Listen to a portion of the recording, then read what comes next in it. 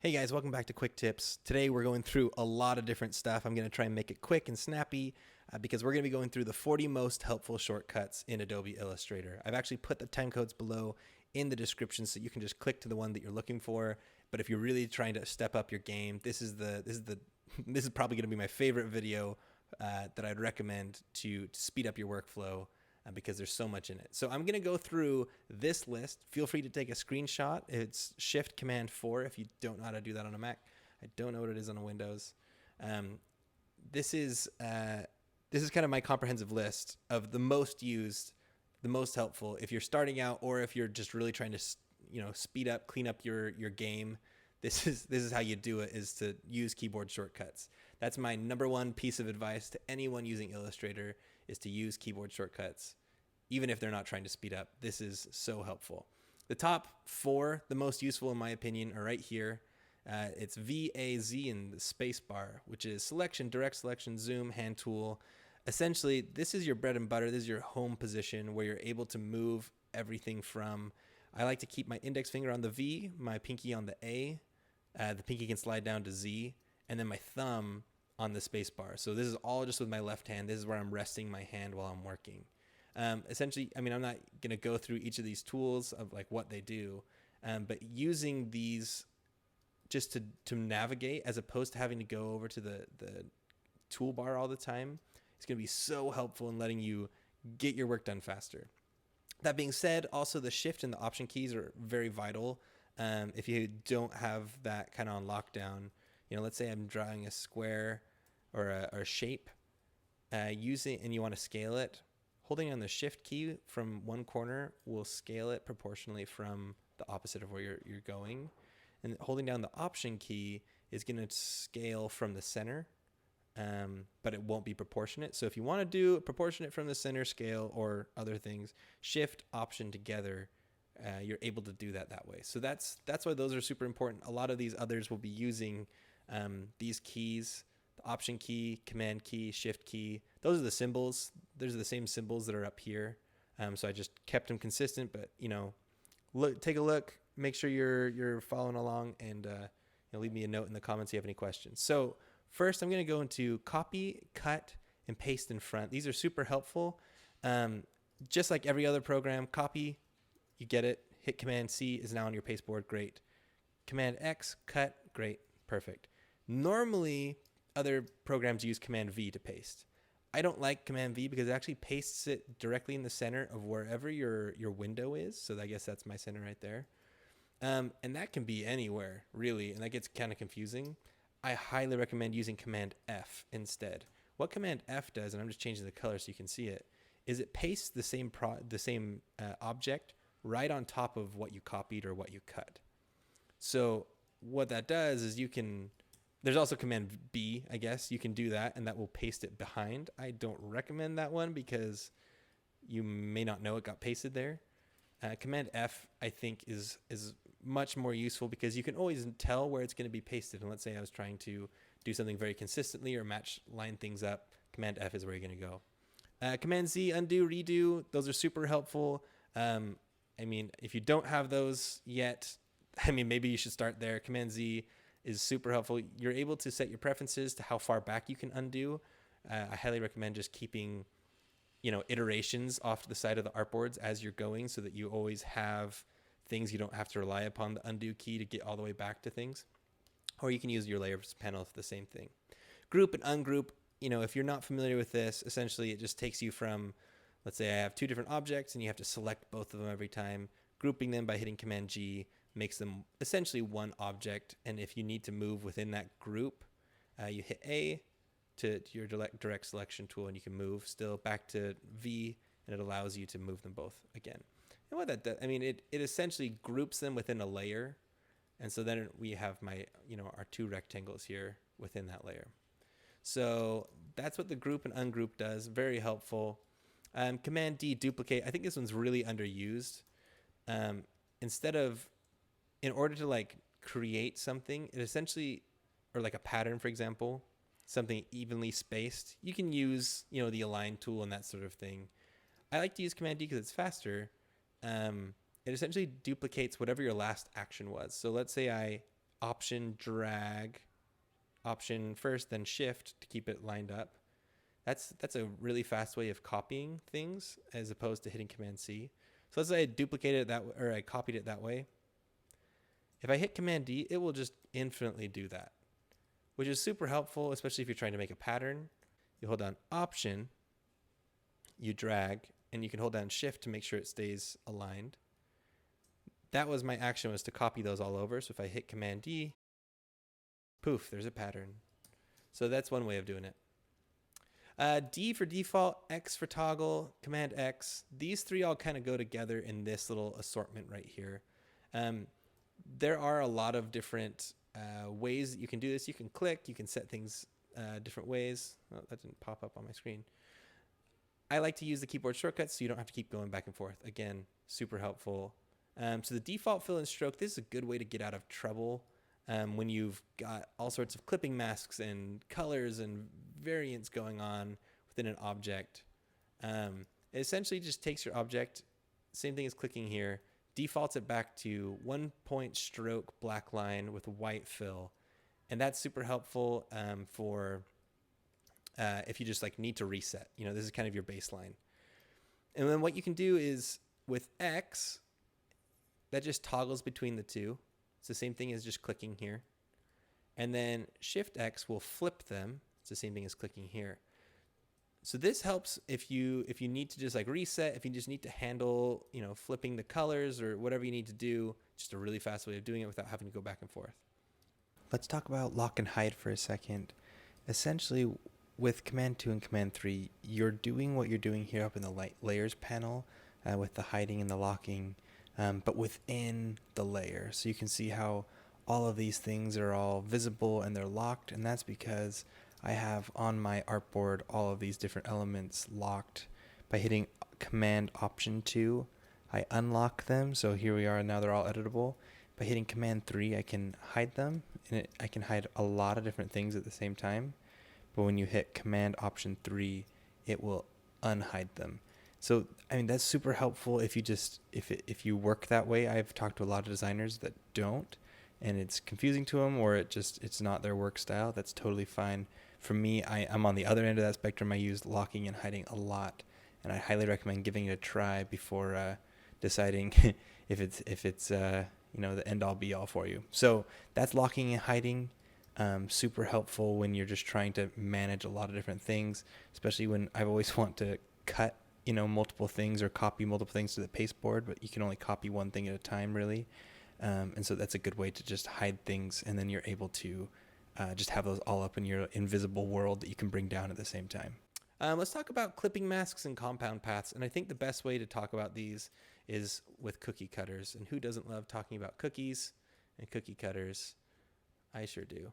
So I'm actually going to set that up and do it this way. So I'm going to Option drag and then hold down Shift.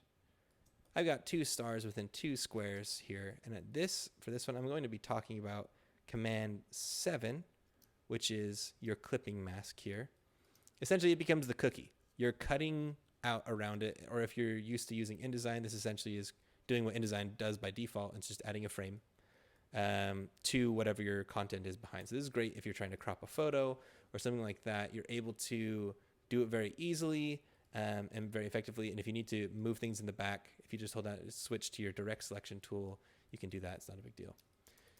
Opposite is true here with compound path. Command 8, it's essentially like the scraps around the cookie. I don't know how else to describe it. It doesn't have the same qualities of being able to do it like keep that shape back there. You can't release a compound path like you can a clipping mask. So compound path is kind of like almost like using the Pathfinder tool, like this one right here, the exclude one.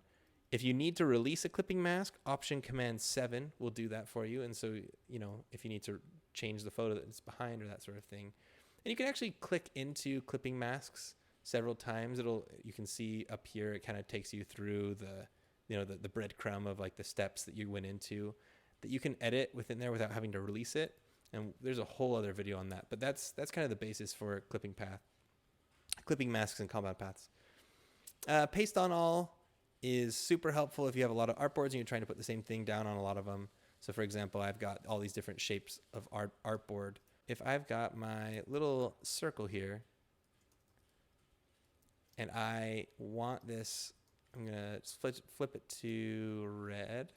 If I want this circle on all of my other artboards, hitting or copying it first, Shift Option Command V, which is an InDesign paste in place keyboard shortcut. You can use that. It's my favorite thing to use in InDesign. It gets kind of confusing here in Illustrator because it's just pasting from this top left corner of all the artboards. It's pasting this far over and this far over on that side. So it's going to do that on all of them, regardless of what size they are. It will do it on the one you copied from. So there actually is another. You can see there's actually another one below it. So I highly recommend, if you're going to do this, instead of hitting copy, just hit Command X to cut it. So now it's in your pasteboard, and then hitting Shift Option Command V, that'll paste it on all of them same way. Okay, going into gradient fill and no fill. Gradient fill essentially will switch it to the default gradient or whatever gradient you had selected last. So it's the same thing as hitting the period or the greater than sign, the full stop if you're British. And then the slash is the same in the same vein right here. It'll just take it to no fill. So those two are right next to each other on the keyboard. This one technically is the comma or the less than sign. And that's helpful too. I prefer just to switch it, or I'd prefer just to use the D for default to switch to colors and then just change them up here or double click them in order to bring up my color picker. So you can do it that way. That's totally fine. It's all about what works best for you. Rotate, pretty straightforward. It's not too far of a leap for your index finger or your middle finger to reach that R up there for rotate. Pen tool, I usually end up reaching across the keyboard with my left hand to reach. Same thing with eyedropper. If you can't tell yet, I highly recommend not taking your hand off the mouse whenever possible, because I could be dragging over here, I could be doing something, and it just the amount of time it takes to take my right hand off the mouse, press something back. Yes, it might be like 1 second, but those seconds add up. It can really slow you down that way. Type tool, same thing, gradient, scissors. I don't know if everyone uses the scissors, but I like to. Let's say I've got a path, it's great, and I want to cut it up to a different path. Instead of having to add two anchor points and then delete one, and then I've got like this different path, it just cuts it just like scissors do. So now I've got two separate paths that were one previously before I used the scissors on them. Plus and minus go along with the pen tool, adding and taking away anchor points. These are all within the pen tool drop down, but it's just so much faster if, I've got my path, woohoo, great. And I need to add a couple more anchor points. That's totally fine. And then if I want to take away anchor points, the only danger you need to look out for is when you take away anchor points, it doesn't necessarily keep the same Bezier as it was before. So you just, keep in mind. The artboard tool, I actually used this without even thinking about it earlier. Hitting Shift O, this is actually when I will take off a hand from the mouse. This allows me to, it's this tool over here. It allows me to build artboards. I get all my preferences up here just by dragging things. You can also, lesser known fact, some of you may know it. If I've got a shape here and I want it to become an artboard because it's got the perfect dimensions, if you just click anywhere along the outside of that artboard just once, it will create an artboard of that thing underneath it. So that's super helpful if, let's say, I need to type in something that's 600 pixels wide because I'm building, a mobile version of something, 2,000 pixels wide or long. Great, I've got this super long artboard.